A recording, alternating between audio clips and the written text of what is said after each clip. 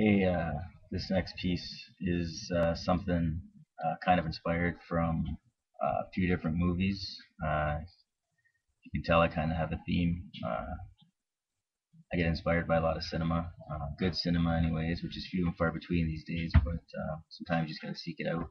But I feel there's a lot of power from the silver screen if it's done right.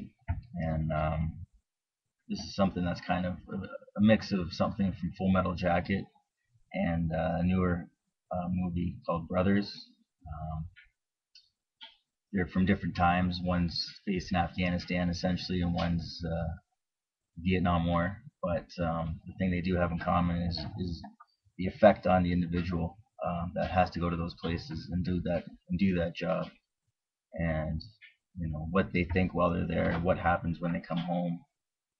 I'm sure it's nothing that anybody can prepare for, and it's one of the scariest things that you can go through in life. And we shall be thankful that people that don't have to do it, that we don't have to do it, and make a conscious effort of that, and appreciate the people that do go through it for our safety.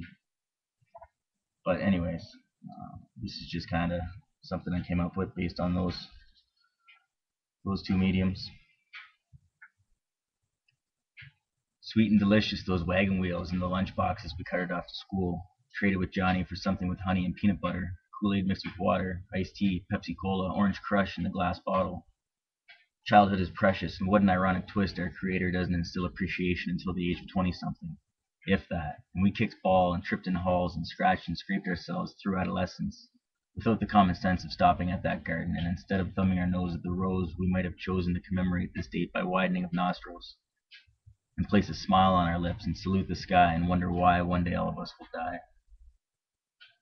Soak in the only real freedom we will experience and give thanks that we wake up and play and on our way to being educated to the point of some way taking the place of JFK or something along those lines. Something worthwhile and wonderful. Something that someone else will hate and another will be jealous of, and try and cover up the lustfulness of whatever dream we came up and thought up and woke up to dedicate our time reading about the signs of what stopped the clock yesterday and will kickstart the bombs of tomorrow. To give up the bands and the wine and the fine gone girls we chase around town to get our kicks and fixes of all things carnal. Those must be put aside for the bigger prize. Those who took our place and rum and coke their way through college instead of having the foresight of digging deep and counting sheep to prepare for the test ahead. Stare with green eyes into the hows and whys we were able to avoid the traps of what is the rock star lifestyle. Other days gone by, and suddenly MIT scholarship was replaced with GI Bill when they sent young pups up the hill to go see some guy named Charlie. Through the forest they zipped and zagged. Some got bit, others got lit up by the nights riding rockets. Haagen-Dazs and Santa Claus being a faraway dream of days gone by, whiling away the time of Hep 1, 2, 3, 4, and thrown into a shitstorm, while all the while all you wanted was to apply to Proctor and gamble away your paydays. Can't you see I don't belong here? Is this my punishment for stealing Dad's hunting outfit and playing cops and badgers out in the woods with hood-covered Jews from the town next door? Safety's off and saluting the flag and running away from Dad and having had my fun. I'm shoved towards the land of the rising sun. I'm sorry's and Hail Marys don't seem to cover what's due for my repentance. This foreign dance with enemies I don't know. I want to lay down my gun and snuff out my own flame while trying to maintain some sort of sick sanity. The vanities that were bonfired last night was my special delivery letter to aware my senses that the most common of them should be ignored, and implore my Braveheart mentality to come out and play should I want to live and see another day. Way back when I first killed 3 men in a tank, I asked my priest if I would go to hell, or if welling up in front of my platoon was enough of a pain and punishment since I never killed for the fun of it. I was told that you aren't guilty if you take no joy in your day's duties. He insisted that survival of the fittest is what dictates how a conscience is measured, and not to think too deeply of things that will just leave me spinning and not on the winning side of life's little games. I never knew that peace was involved in Catch Me If You Can. I was led to believe that part of the grieving process couldn't be found in a courtroom, or in recess, or in court-martial. But I am partial to my bunkmates and just hate the fact that I lost 3 more today.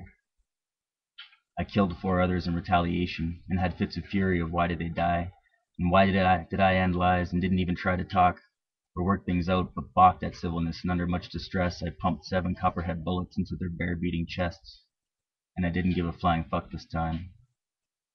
If murder is a sin, indifference is a crime, and I'm on the board to indict myself into slavery or penance, for when it's my time I will stand stunned and Johnny got his gun and crushed my orange lung, and I'll get my wagon wheel fixed and finally maybe feel unstung from all the wrong I've done.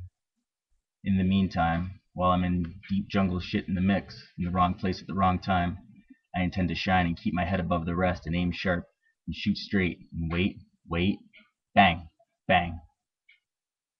Better him than me. I'm a Marine, and I didn't select this code, but God knows if I had a dime for every time someone insisted it was a crime in taking the Vietnamese hymen, I would have to call home collect. I'm 2/3 of who I was 3 months ago. Let's suppose I make it out of this hole in one piece. What will my nieces and nephews have to believe in once I crawl home to my white picket fence with my grunt salary and bear my wariness of this war, this life, in a jar out back, and unpack and dream about the souls I stole in order to raise those stars and stripes up that pole before I crawl to the store for burgers and whores and live my American dream? It seems unlikely I am to return in any shape or form, good enough to take over for JFK or Martin Luther K or even the guy next door. But fuck it, can't worry about that here. I'm on the hot seat. Stay frosty.